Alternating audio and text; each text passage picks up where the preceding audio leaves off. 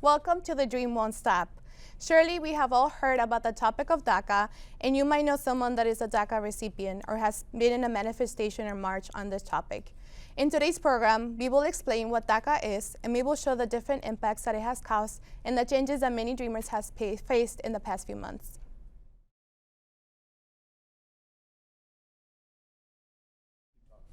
So today we're going to talk about the topic of Daca. This past September, there was a lot of different changes that happened. If you guys are not familiar with the topic of Daca, it was an injection by President Obama when he was president to give the children of many immigrants an option to work and to be protected by the government, being saved on deportation. So we're going to talk about, the changes that we are facing as of September of last year on this issue. We have a couple interviewees that you guys will meet today, and also a couple people that we have talked through the years, through the time of this project, so an attorney as well.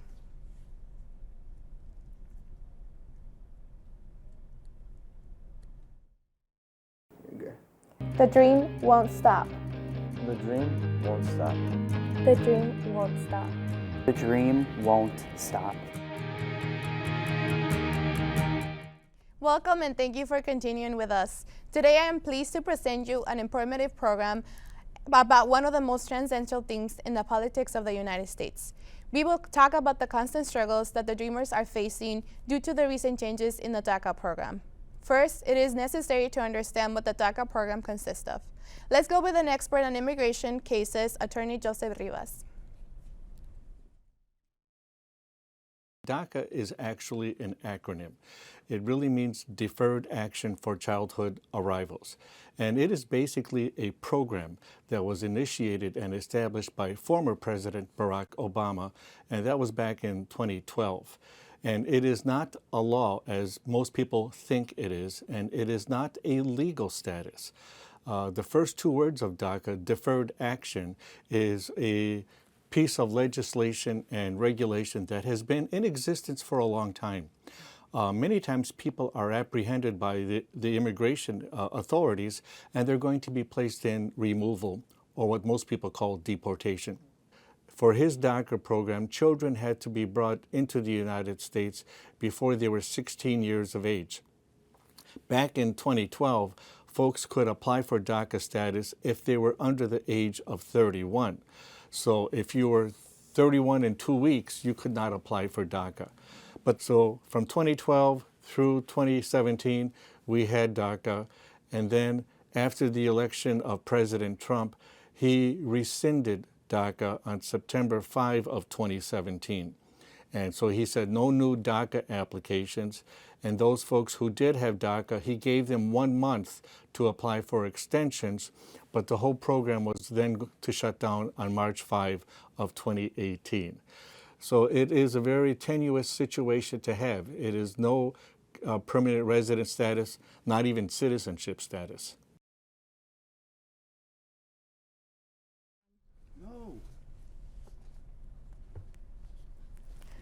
Hi, welcome back. Right now I have Jadier here. He's a dreamer, and I have a couple questions for him. So first of all, I want to thank him for his time and being here. Welcome. Thank you for having me. Yeah, of course. Thank you. Tell me a little bit about your background, Jadier. Okay, so I was born in Zapopan, Jalisco, in Mexico. My family was born and raised there too. They were from a ranch outside of the city. There was no hospital in the ranch, so we had I think my mom, there was a 2-hour drive, so when she started having her contractions. So when I was 2 years old, my family decided to come to the United States, and we've been here in Milwaukee I've been here in Milwaukee for as long as I can remember. Exactly, 2 years, so we're a baby. Mm-hmm. So tell me, how do you benefit from the DACA program? DACA has helped me a lot. First of all, it's given me an opportunity to work, and that's very important because if I'm not allowed, if I can't work, I can't do anything, really. It gave me the opportunity to have a driver's license, which is really important, it gets me from where I want to go.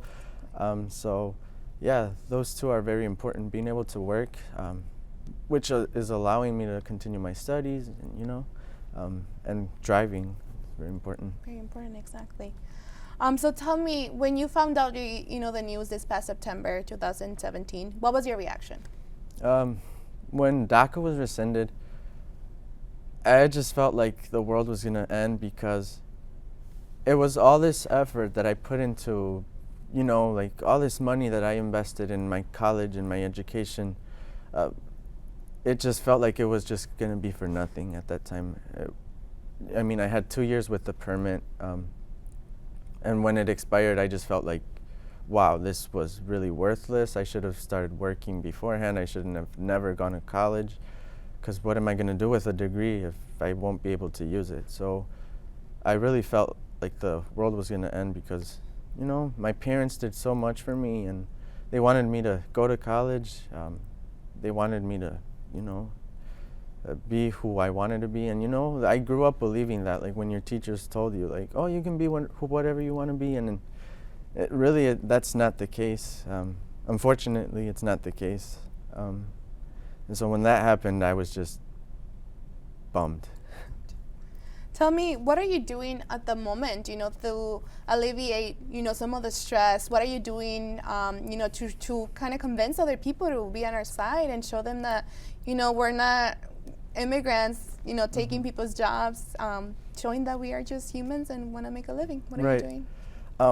And that's a really good thing, because it's emotionally draining having to justify your existence.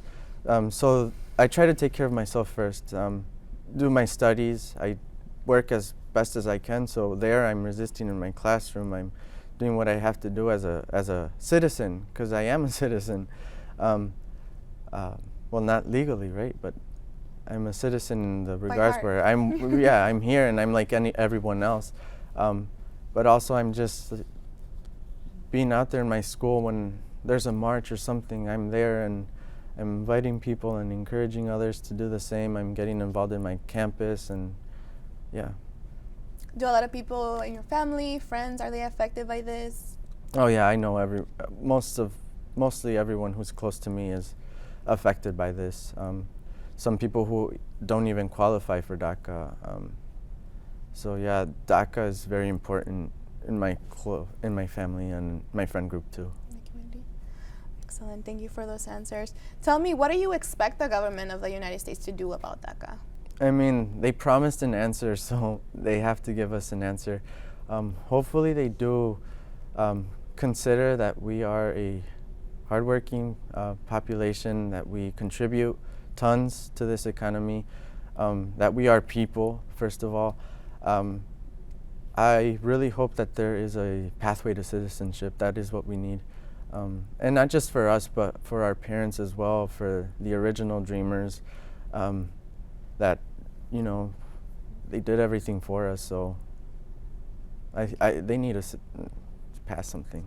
Solution.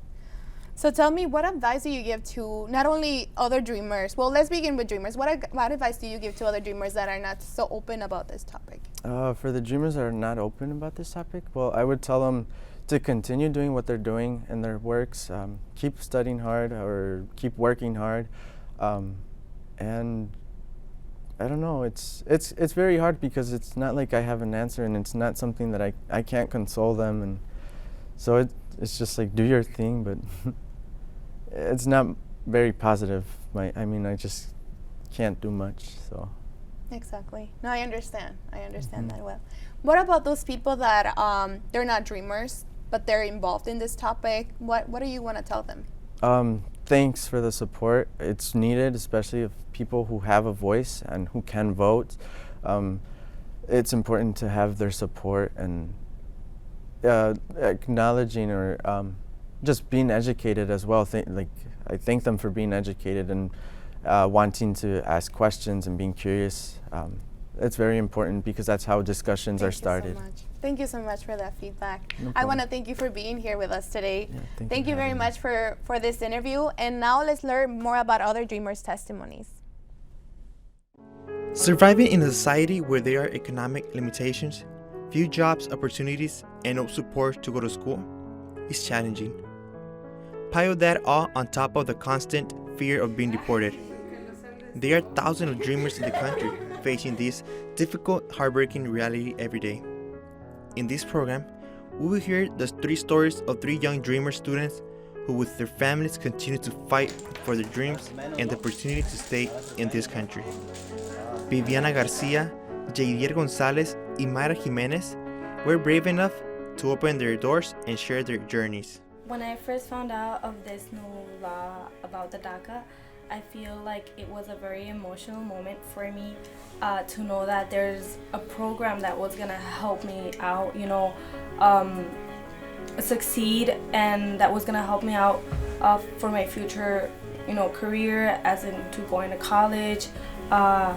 And I feel like it was, such a exciting moment to know that there was a program that was going to help us. When I found out about Daca, my parents and my older brother were really excited because this meant that we were allowed to work and get a driver's license at least. And so it was very relieving for my parents to see, to hear the news about Daca. And very quickly, as soon as Daca happened, I was able to get a license, not a license because I was still young.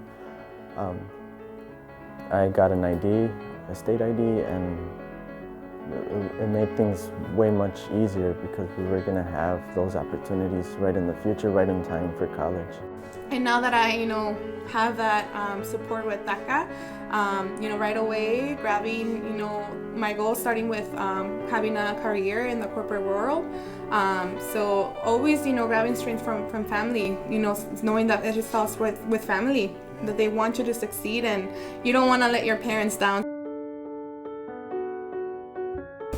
Just recently, Donald Trump, tried ending this Daca program, and I saw myself in this situation where, I couldn't get my driver's license because it was denied due to the short amount of time that my Daca was going to expire. Fortunately, Daca doesn't give me the resources I need for going to college. I still can't do FAFSA, so I still have to pay out-of-pocket money. There are many scholarships that I'm not eligible for. The new Daca news, basically I can't work, I can't exercise my career, so it does stop a lot of my goals. I do, have steps to follow to where I want to be. I want to be a director of training and development one day. And it's a constant battle for us because we want to do something more than what we are right now. It just stops my goals. It does push back on my goals. Well, that would start off by us, not being able to study. First of all, we'd have to stop studying because, if we don't have a job, where are our priorities? Our priorities are going to be with our necessities and being able to help right here in our own home. Also an opportunity and a happy, a happy feeling for my parents to know that there's actually something that's going to help us, because that was their purpose of bringing us here, to succeed, to do something more than what they are doing right now. So I feel like this is helping us as a family to unite together and to fight to get to where they want us to be. There's really no option for me. I guess I could start working those under-table jobs. But I feel like I'd be kind of useless to my family because there's really nothing if I don't have a work permit. And that would affect our family because then, I don't know, does this mean I have to go back to my country and to a country that I really don't know? It's my country, but I don't know nothing about.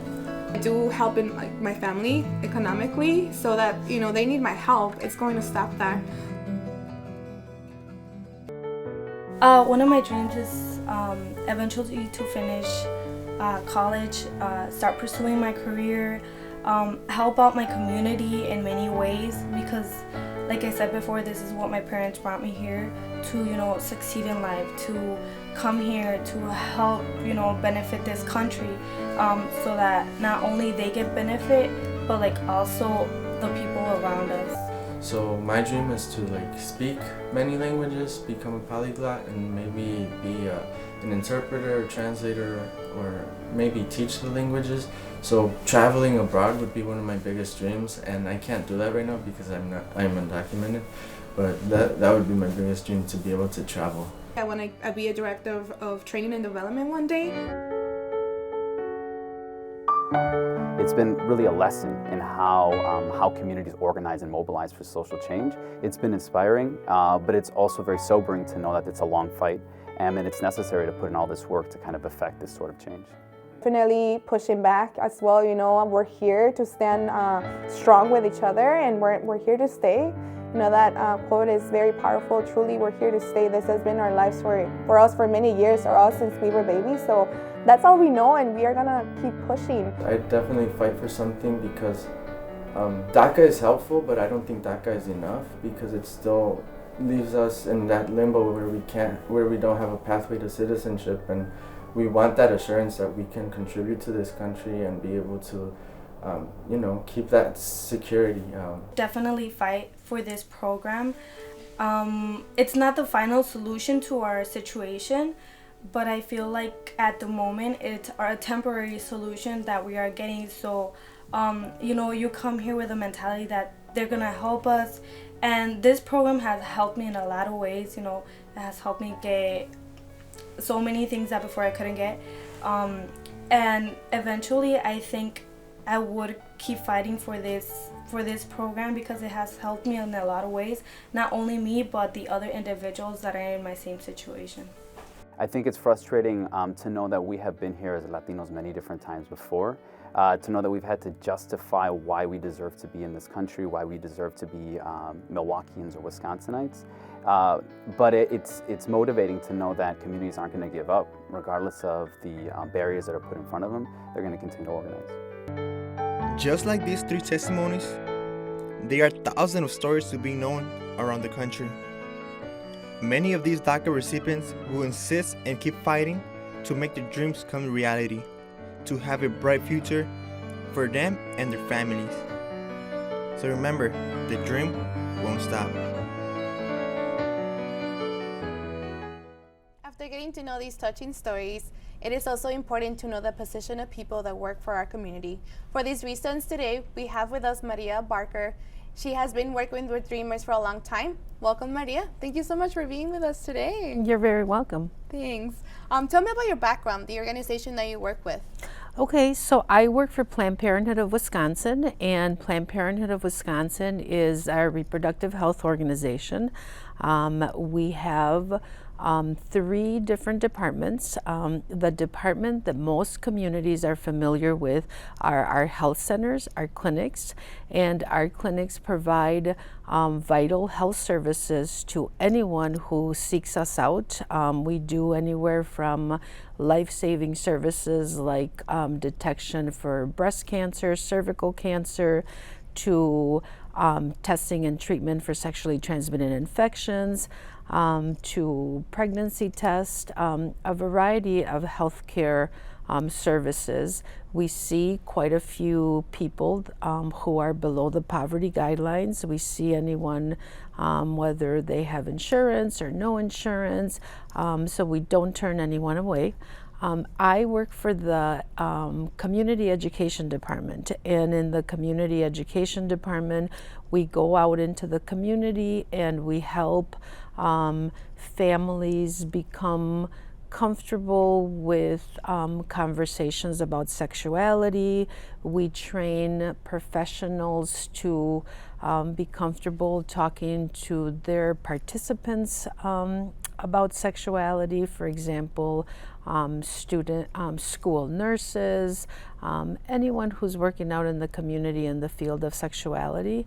And we have a public affairs department who really lobby and advocate for laws that benefit families as far as sexual and reproductive health. What are the specific resources that, with your position in this organization, that you offer to immigrants and dreamers? I guess the program that I am the most proud of is our our Spanish language programming. It's called Cese Más, Cuidándonos Creceremos Más Sanos. And Cuidándonos Creceremos Más Sanos is our Spanish language program that, with the help of the medical college, we were able to develop and deliver a Spanish language program that really speaks to immigrant parents. And we started out facilitating educational sessions for parents about reproductive health, but 13 years later, that's how long our program has been going on. 13 years later, we not only talk to families about sexual and reproductive health, but we've moved to talk about what we call reproductive justice. And reproductive justice is something that not only includes sexual health, but it also incorporates social justice and reproductive justice to the conversation. Our Cese Más programming is facilitated by health promoters. They are community people who we have trained to go out into communities and talk to families about breast cancer, cervical cancer, to what is Daca? What do immigrant families, what are they eligible for? Specifically about that topic, you go and educate other people. So what are, with all the changes going on, like how have you seen this affect, the social environment of the immigrants and dreamers that you help? So I think the one thing we do best is that our health promoters are experts in two things. Our health promoters are experts in creating trust, and by creating trust, I think families, especially undocumented and immigrant families, feel comfortable asking them the real questions. Do I, as an undocumented resident, do I qualify for such programming?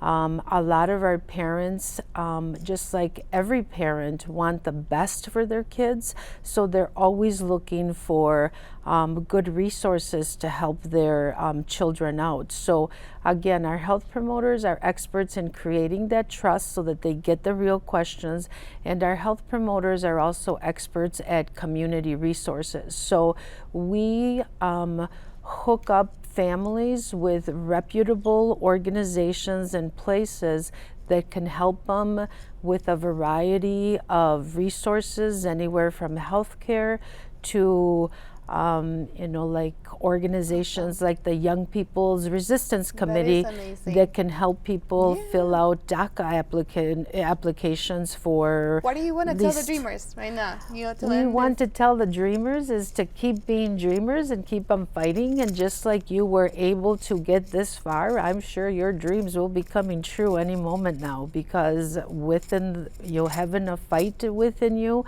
And the thing about the dreamers is that they have not only they're not only fighting for themselves, but they recognize that the new policies that are up to be debated will not allow their parents to be part of the American dream, so they not only want to be able to be here in this country legally, but they also want to have access to helping their parents and their other brothers and sisters, their other family members, to be able to be part of this American dream. Awesome, amazing. What do you want to tell people that are, empowered in your position? You have a power to inform and educate. What do you want to tell other people that have, the same position of power in educating others on the topic of Daca? What do you want to tell them?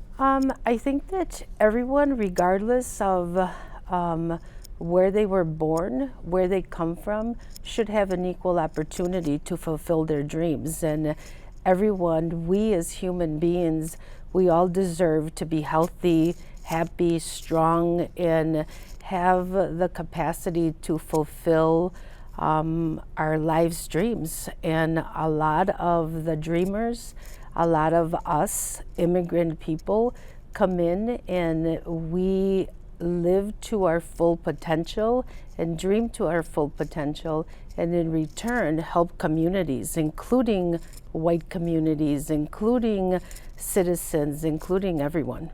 Amazing. Thank you for that. What is the next step?